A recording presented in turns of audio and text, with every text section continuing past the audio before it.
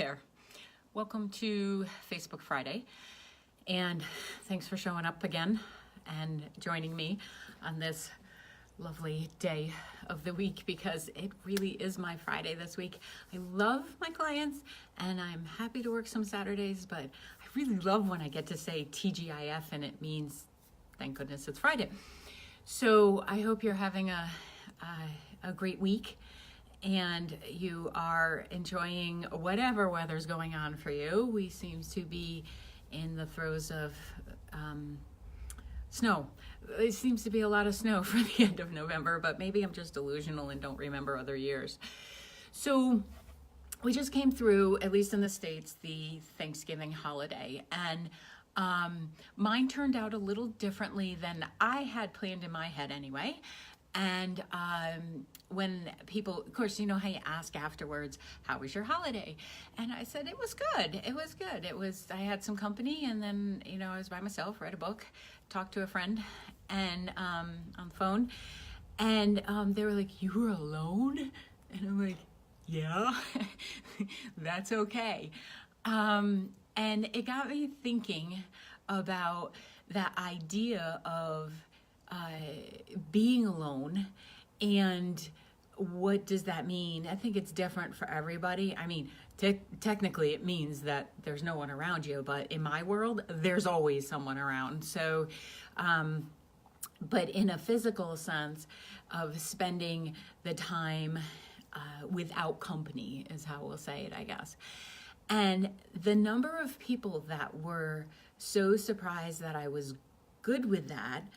I mean, I don't even eat turkey, and not that I wouldn't want to see people, but my happiness is not determined on my plans. I might be disappointed, but it doesn't affect my happiness. And this idea of alone being such a big deficit that I thought, oh, I'm tackling this one again. I've done it before, blogs and stuff, and actually, if you read this week's blog, it now is about that. And I thought I would just cover a little bit of that because we are in the holiday season.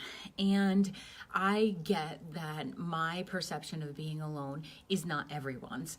And that for some, it really is incredibly sad, difficult. Some would say devastating, but I think that should be reserved for, life-threatening events. And I thought I would just talk about ask you, I guess, if you are someone, or you can ask yourself, you don't have to comment. I know some people don't want it written for the whole world. I'm manifesting here for the whole world to see. But how are you in your own personal space? Like, are you comfortable with being alone? And I don't mean simply the couple hours that you might have free because whomever you're living with has run some errands, or if you're raising kids, that blissful time where you just sit on the couch catatonic because the house is actually quiet for the first time. I'm not talking about those moments of alone. I'm talking about the idea of being like solo with self, of what if there was no one in your home? What if you did live alone? Maybe you do. How are you with that? Do you like your own company? Thank you, ladies, for joining me. Do you like solitude? For myself, it's imperative. And I used to joke it's because I'm one of 8 kids that I just wanted my own dang room. But it's more than that. It comes from way down in. It comes from a place where you are needing that space and craving even that space to fill up your own battery pack. To know what it is that you like, and rather than just taking into consideration everyone around you. And hi, Jane, see the little wave there. And I'm not including in this, like if you're alone, so there's no physical being sitting next to you on the couch or whatever, but you're on a device, you are not practicing being alone. You are distracting yourself from feeling alone or being alone. I'm talking about the space where you can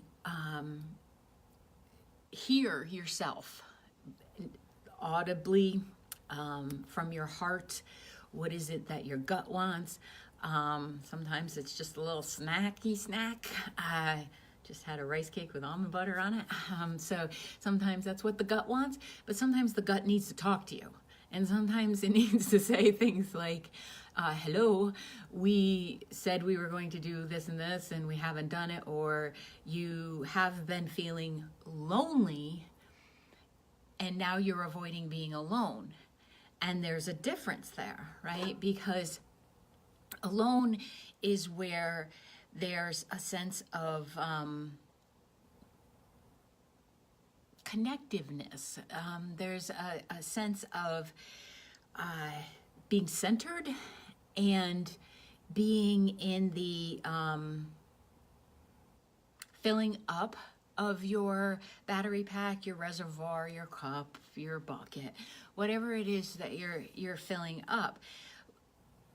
Being alone feeds it. Hey, Bella. So Bella is watching with her mom, and I told them anytime that kids tune in to watch my show, number one, let me know you're there so I can keep it PG. But also, I so want to know that they're watching. And no, Bella, I can't see you, but I can feel you. So that's pretty important, right?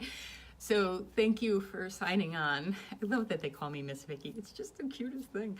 So anyway, loneliness takes away, right? There's a deficit that happens because loneliness is the perception that someone else is going to fill you up. Someone else is responsible for your happiness. You've heard me say it before that no one can make you angry, no one can make you sad or any of those things. You decide that. You decide how you're feeling. Well, no one can fill you up either. Now, it's true that we get that zip by knowing people are there. I mean, just by knowing that Ms. Bella was watching, there's a zip that's going on, and Sophie and Matthew, if they're available, but they're all so busy. So probably with the puppy. But there's no way that someone else can give you those feelings of being filled up. Now, this is exciting to me because, of course, I like seeing my friends and I like talking to people and, feeling connected. And when I go home, that little rabbit face when he comes running out at me is so adorable, and feel loved, even though I know it's for the vegetables he wants. I'm still creating within me that feeling of being lit up, right? So it comes as my willingness to participate in these relationships and to be open, but it's there because I'm willing to feel it. And the same is so true for everybody else on this, big globe in the sky. And I feel like when people are saying, oh, you were alone, what they were really saying is, weren't you lonely? Weren't you in a deficit of people? I guess technically I was in the deficit of the people, even though I live in a building with 80 other bodies around. I wasn't in a deficit. I am very thankful for my life. And I think because I've spent the time in helping other people understand the difference and really practicing it myself, because loneliness happens. Loneliness is not somewhere you should live. It's probably got its own zip code. It's got plenty of people living there. Maybe its own post office. I don't know. It's kind of a town I drive through, and I don't stick around.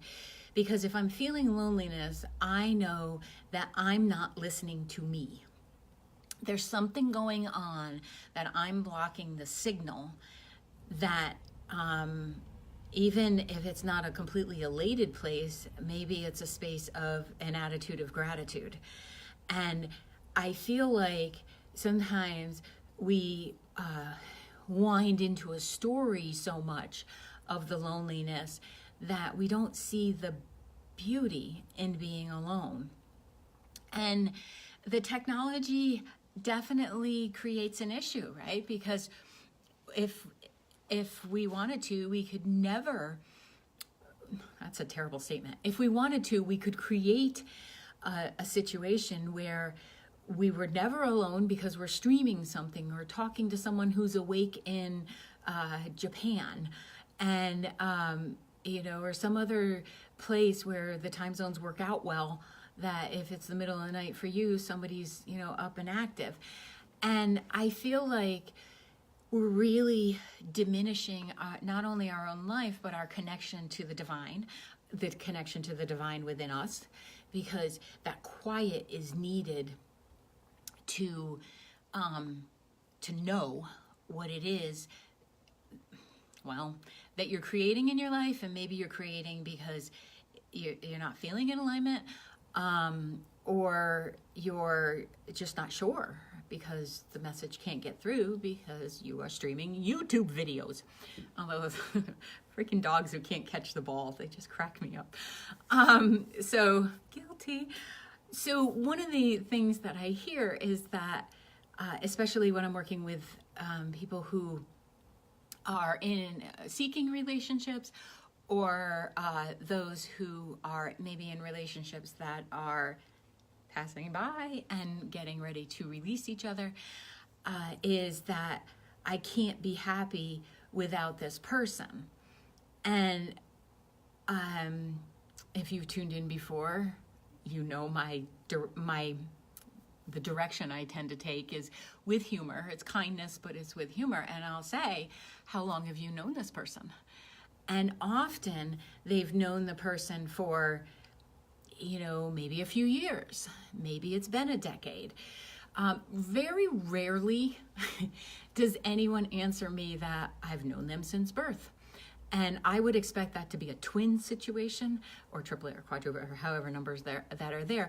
Then I can understand that there might be a little bit of confusion in this. But if we're talking about partners or friends, even siblings, right? You have known since birth, but the relationship was different there, and it changes once you become an adult.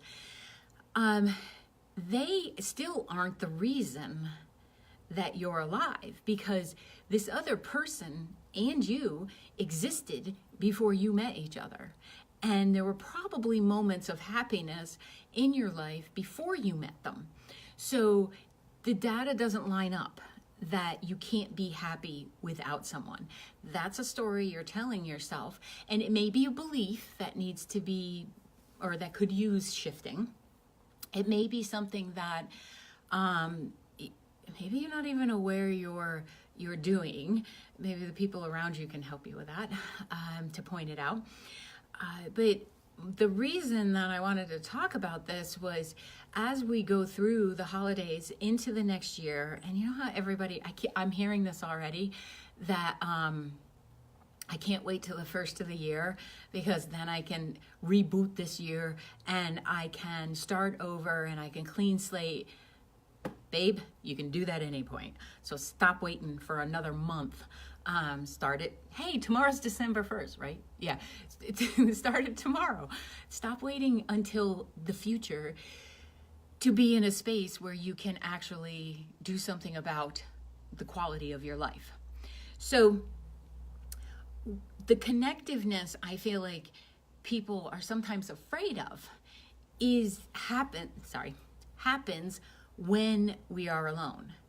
So, and I'm not just talking about dead people talking to you. I'm talking about hearing your innermost feelings and thoughts. Because what if something comes up that tells you, so you spend the time connecting and talking to self, and you hear that a situation in your life needs to be remedied? I have been making up words all week long. So needs to be changed or remedied, and you don't want to deal with it. So you just stay so busy and you put so much on your plate, and you're always on this or this, and you don't give yourself the space to hear that so that you don't have to address whatever the issue is. Well, that creates such an energy backlog, usually between your solar plexus and your heart space. And it can feel a lot like heartburn. But like when I work with people and I see that that's there, usually I know it's connected to these, and these being internal as well, and that they're just not listening to something that needs to be voiced. When you take that alone time and you add the willingness to hear, relief happens. You don't have to act immediately unless somebody's bleeding out or their heart stopped. You don't have to act immediately. You can be kind to yourself and take a little space and decide to address it. Maybe when you've asked a few questions. Word, Deb. So the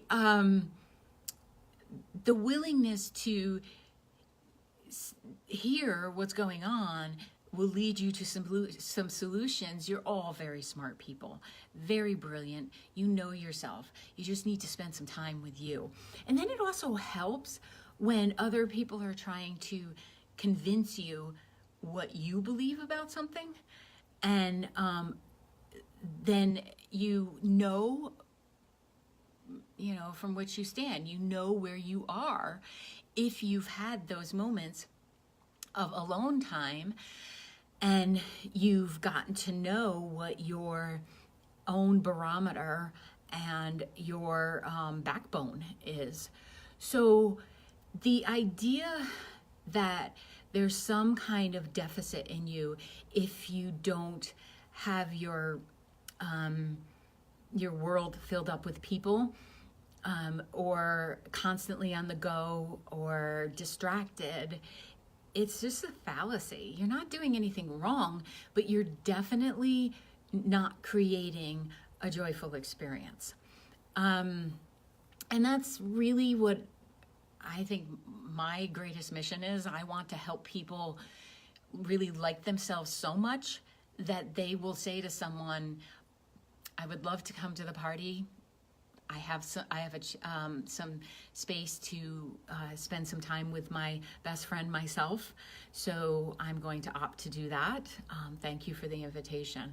I feel like when we can get there as individuals, we won't be pulling on other people to fill us up. And we'll then be in a place of understanding and respect of another person when they need that space. And please, please, please listen to your kids when they tell you that they just need some space. And I'm not talking space with the electronics. And you could create that within your own family dynamic if you wanted, of that space is, okay, you could be reading a book, you can be staring off into space, you can take a nap, you can have creative playtime, and we'll honor your space. Hey, Heather, I hope the baby's doing well. Heard about the little bugger today. So Heather gets no time. She has a new child.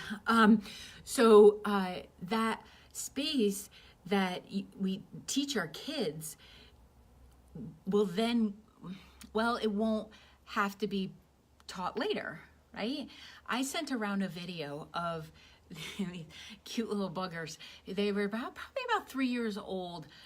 And I think it was Vietnam that the video started in.